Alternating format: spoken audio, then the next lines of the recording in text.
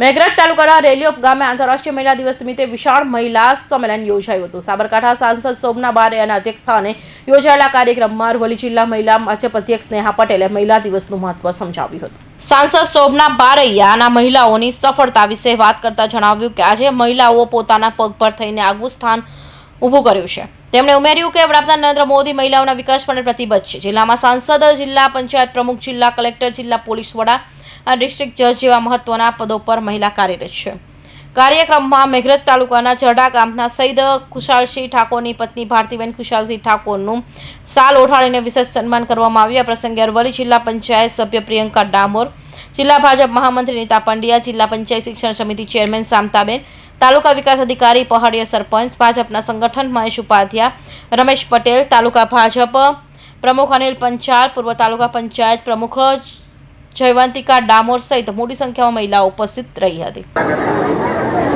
મહિલા દિવસની ઉજવણી ખૂબ જ સરસ રીતે થઈ રહી છે। આજે મેઘરજ તાલુકાના રેલીઓમાં નારી શક્તિ આપ જોઈ રહ્યા છો ખૂબ મોટી સંખ્યામાં ઉપસ્થિત છે અને મહિલા મોરચાના પ્રમુખ બેન શ્રી નેહાબેન અને જિલ્લા પંચાયતના પ્રમુખ બેન શ્રી પ્રિયંકાબેન તથા તમામ સદસ્યો આપ જોઈ શકો છો કે આગલી હરોળમાં તમામ મહિલાઓ છે।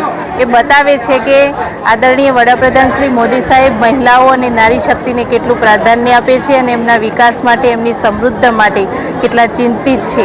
એટલે મહિલા સશક્તિકરણ અહીંયા દેખાઈ રહ્યું છે અને સૌ મહિલાઓ અહીંયા ઉપસ્થિત છે અને સૌને મહિલા દિવસની મારી હાર્દિક શુભકામનાઓ છે। જિલ્લા પંચાયત પ્રમુખ કો, સાંસદ કો, જિલ્લા કલેક્ટર, જિલ્લા પોલીસ વડાથી લઈ તમામ ક્ષેત્રમાં શું કહેશો? અહીંયા અરવલ્લી જિલ્લામાં મહિલા એમ્પાવરમેન્ટ દેખાઈ રહ્યું છે અને પોલીસથી માંડી અને જજ સુધી મહિલાઓ પ્રતિનિધિત્વ કરી રહી છે। એમાં એસપી હોય, કલેક્ટર હોય, પ્રમુખ હોય કે જજ હોય, તમામ ક્ષેત્રે મહિલાઓ આજે મહિલાઓ આગળ આવી રહી છે। એ મહિલાઓને જે સશક્તિકરણની ફક્ત વાતો નહીં પણ સશક્તિકરણ દેખાઈ રહ્યું છે। મહિલાઓ ધીમે ધીમે આગળ આવી રહી છે। રાજકીય ક્ષેત્રે અને ઔદ્યોગિક ક્ષેત્રે પણ મહિલાઓ પોતાનું સ્થાન ધરાવી રહી છે।